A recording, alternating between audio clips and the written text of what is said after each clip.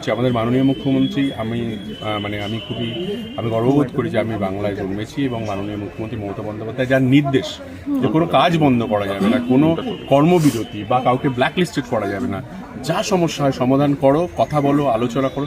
তারপরে কারা এরা যারা এই ধরনের একটা পরিস্থিতি তৈরি করার চেষ্টা করছে, আমার মনে হয় সেটা খুব ইম্পর্টেন্ট, সেটা খুঁজে বের করা উচিত যে কারা এটা আমার মনে হয় যে ওভারঅল টেকনিশিয়ান যারা তারা কিন্তু কাজ করতেই চায়। আর আজকে যদি সৃজিতকে বা আজকে কৌশিক গাঙ্গুলির কাজটা বন্ধ হয়ে গেল, যেটা নর্থ বেঙ্গলে এখন শুটিং হওয়ার কথা, তো সেই কাজটা বন্ধ যাওয়াতে কিন্তু অনেক টেকনিশিয়ান কাজটা পেল না। সো এই ধরনের পরিবেশ হলে আমরা সবাই ক্ষতিগ্রস্ত হবে।